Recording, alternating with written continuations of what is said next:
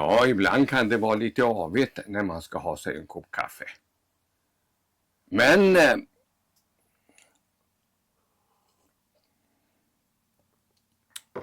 som du ser så lyckades det.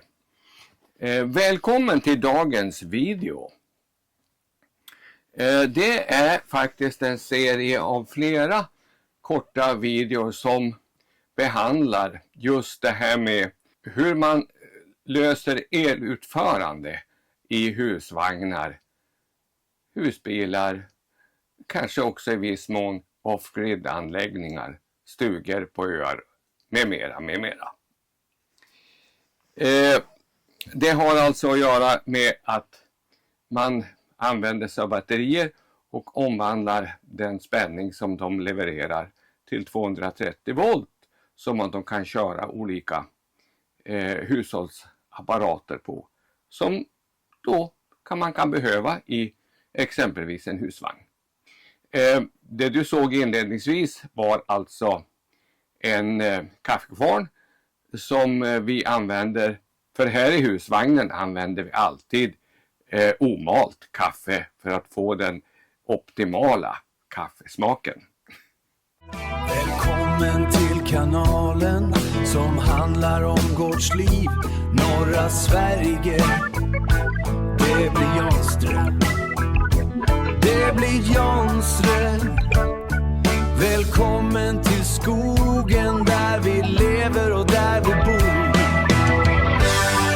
Välkommen till kanalen som handlar om gårdsliv.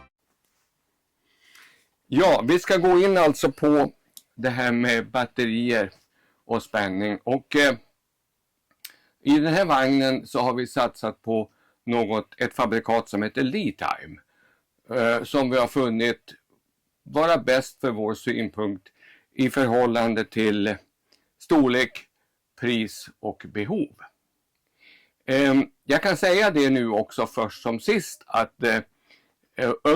i beskrivningen av den här videon så kommer du att hitta länkar till just de här produkterna som jag nämner och som ligger på amazon.se. Det är ingenting som priserna är inte rabatterade samma priser om du använder länken eller inte. Men det gynnar oss lite grann i vår ambition att göra vettiga videor som kan vara nyttiga för dig och andra, gemene man kan man säga.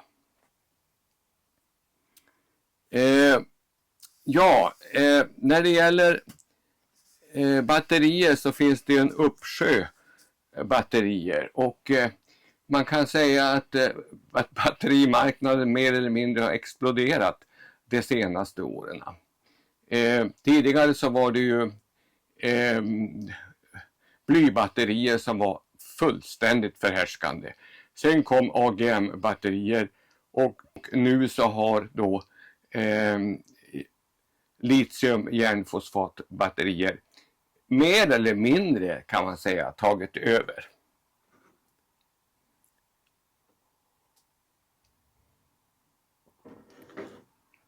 Och varför det då? Ja, helt enkelt för att de är bättre. Det är den enkla sanningen. Så enkelt är det med det. Vi ska alldeles strax titta på batterierna i närbild. Men vi ska också titta på hur vi omvandlar batterispänningen till mer användbar 230 volt spänning. För det är det oftast som vi kör våra hushållsapparater på. Till exempel, jag har här en ganska typisk apparat. En sån här hårborste. Ja, den går ju på 230 volt. Och nu ska jag väl säga det också att det här är väl ingenting som jag nöter upp precis. Beroende på om ett hårsvall är inte så omfattande. Sen har vi ju typ såna här. Om man vill locka till sig någon, eller locka till håret kanske jag ska säga. Så går också de på 230 volt. Typiska små apparater som kräver är 230 volt. Jag nämnde lead time och det är riktigt. Det vi har här är alltså lead time 12 volt, 140 ampere-timmar parallellkopplade. Och de kallas också för Smart Edition. Ja, är de smarta? Ja, jag tycker nog att jag kan säga det. Och det beror på att de är utrustade med blåtand för just övervakning och kontroll av vad som händer i batterierna. Och vi ska titta på det alldeles strax hur det ser ut. I kommande video så kommer jag att gå in på helt enkelt hur man kopplar det hela och vilka krav det finns, lite grann om kabelareor och lite sånt där. Men det kommer senare. Och som jag sa tidigare, alltså batterispänningen, den går då omvandlas via en växelriktare till 230 volt. Och växelriktaren i sin tur, den förser hela nätet här i vagnen med 230 volt. Och det sker på ett alldeles särskilt sätt som jag också kommer att komma tillbaka om senare.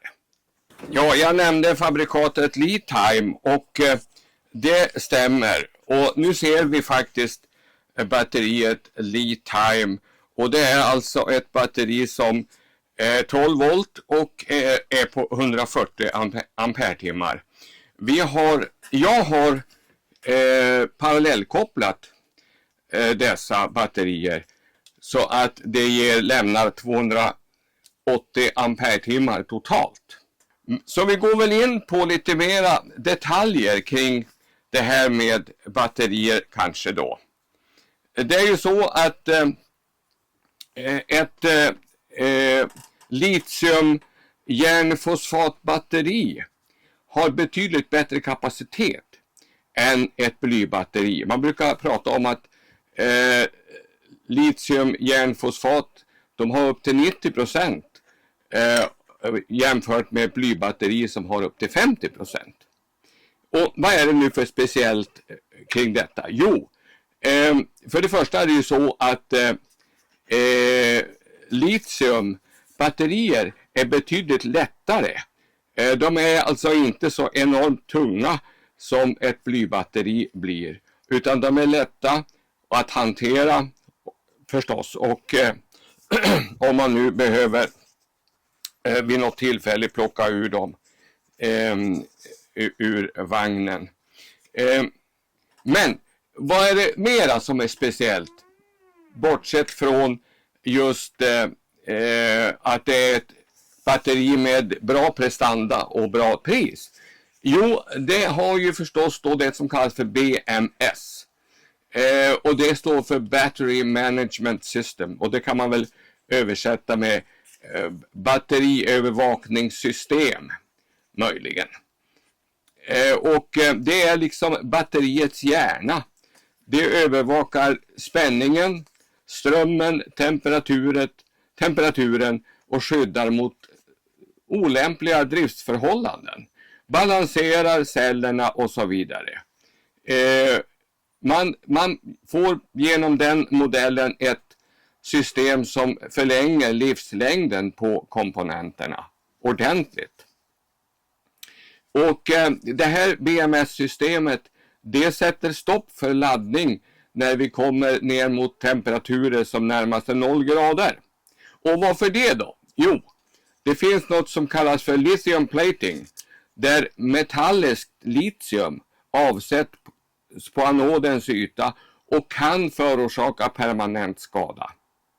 Och när man kommer ner till 0 grader så blir alltså elektrolyten får en minskad jonledningsförmåga.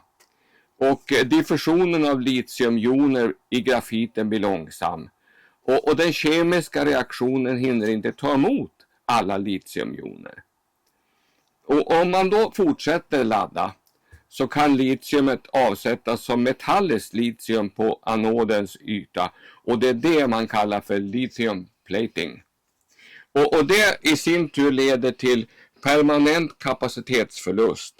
Och man får en ökad inre resistans, en försämrad livslängd på batteriet och risk för att så kallade litiumdendriter växer och orsakar intern kortslutning. En del batterier har den funktionen att batteriet värms upp innan laddning börjar. Och det kan man ha. Det har dock inte det här batteriet. Men å andra sidan så har den här vagnen golvvärme. Så att vid negativa grader eller vid kallgrader ute så kommer golvet att värmas upp och det gynnar ju batteriet. Men har man inte det så kanske man ska se efter att man satsar på ett batteri med en uppvärmning innan det börjar laddas.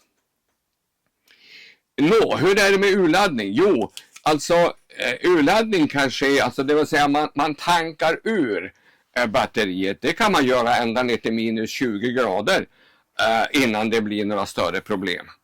Så att i det fallet så funkar det ju alldeles utmärkt. Vi kommer alldeles strax också att se en liten bild på hur just denna BMS fungerar.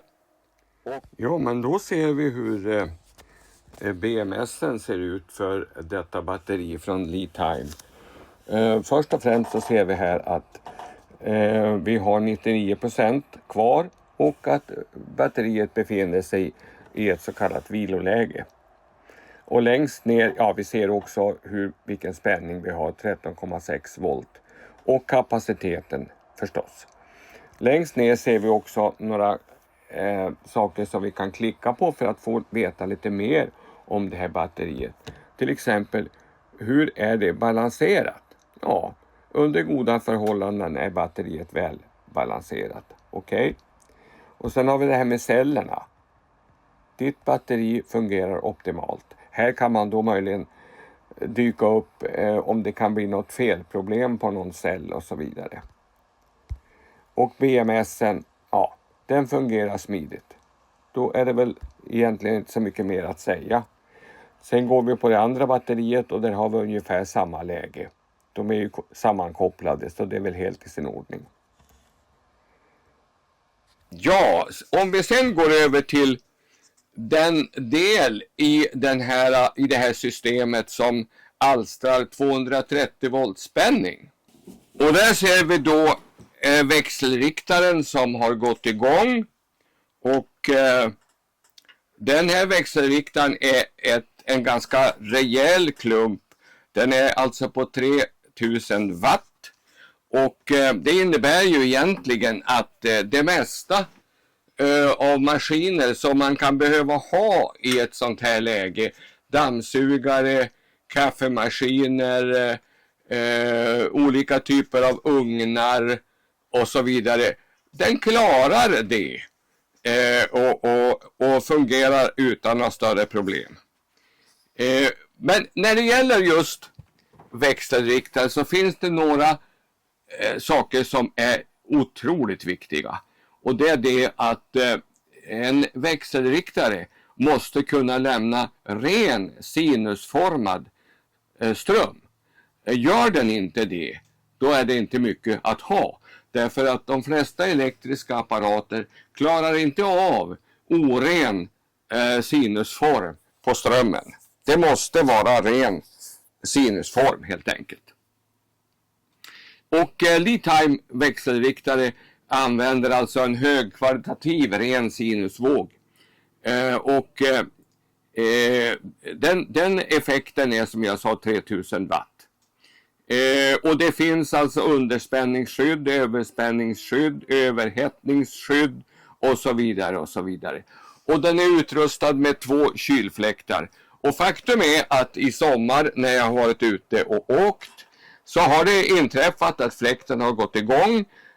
Därför att det har ju varit väldigt varmt i sommar och är ju fortfarande en hel del värme. Men den går alltså ner till minus 25 grader och upp till plus 60 grader. Så att i de flesta fall så klarar man sig faktiskt med det. Det finns en liten övervakningsskärm på den, så man ser realtidsstatus för batteri, växelriktare och belastning i realtid. Om du vill se de exakta måtten eller kolla dagspriset på batteriet och växelriktaren, så har jag lagt mina egna inköpslänkar direkt i beskrivningen här under videon. Så kan du se själv hur det ser ut. Ja, lite kort men ändå ganska ingående om batteriteknik och hur man omvandlar batterispänning till 230 volt via växelriktare. Det kommer fler videor som kommer att behandla ämnet hur man förser sin husvagn, husbil, sin stuga lite mer lämplig för off-grid hantering. Så jag säger väl som jag alltid brukar göra. Tack för att du tittat. Glöm inte bort prenumerera på kanalen så missar du ingenting. Och så ses vi igen på nästa video. Hej då!